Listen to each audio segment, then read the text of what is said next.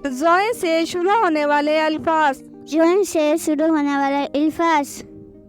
ज़ोय ज़ाफिर, ज़ोय जाफिर, ज़ोय ज़ामी, ज़ोय जामी, ज़ोय ज़ल, ज़ोय जल, ज़ोय ज़रूफ, ज़ोय ज़रूफ, ज़ोय ज़ोहर, ज़ोय ज़ोहर, ज़ोय ज़ालिम, ज़ोय जालिम, ज़ोय ज़राफ़त, ज़ोय ज़राफ़त, ज़ोय ज़ुल्मत, ज़ोय ज़ुल्मत, ज़ोय ज़हूर। ज़ोय ज़हूर।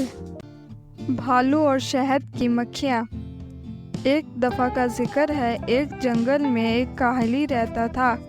अपनी सुस्ती की वजह से भालू पूरे जंगल में एक गलतफहमी की वजह से मशहूर था। वो कभी किसी की मछली चुरा लेता और कभी शहद की मक्खियों को भगाकर उनका शहद खा जाता।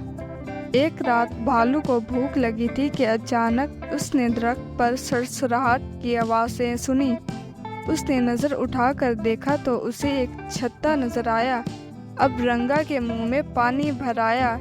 चीखा कि शहद की मक्खियाँ उसे देखकर डर गईं। शहद की मक्खियों की एक रानी ने भालू से कहा कि वो सारा शहद ना ले, बल्कि सिर्फ इतना ही शहद ले लो जितना वो भूखा है। भालू ने होशियारी से कहा, मैं एक शर्त पर ऐसा करूँगा, जब भी भूख लगेगी मुझे शहद पिलाया जाएगा। कुछ दिनों तक यूं ही चलता रहा।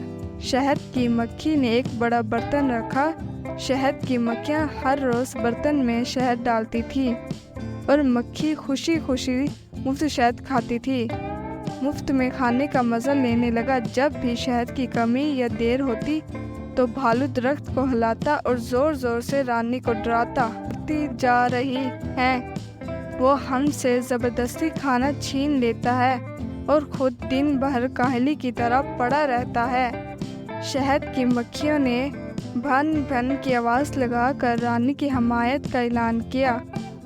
तय पाया कि सहब पैर को मिलकर भालू पर हमला किया जाएगा। रानी ने इस मौके पर दूसरे जानवरों से राब्ता किया और मदद मांगी। बंदर भी बहुत तंग आ चुके थे क्योंकि वो इनके केले खाते थे। बंदरों ने भी रानी का साथ देने का ऐलान कर दिया। दोपहर के वक्त भालू शहद का इंतज़ार कर रहा था, लेकिन अब तक एक भी मक्खी शहद लेकर नहीं आई। उससे गुस्सा आ गया। भालू गुस्से से चिल्लाया, जैसे आज वो दरख्त काट देगा।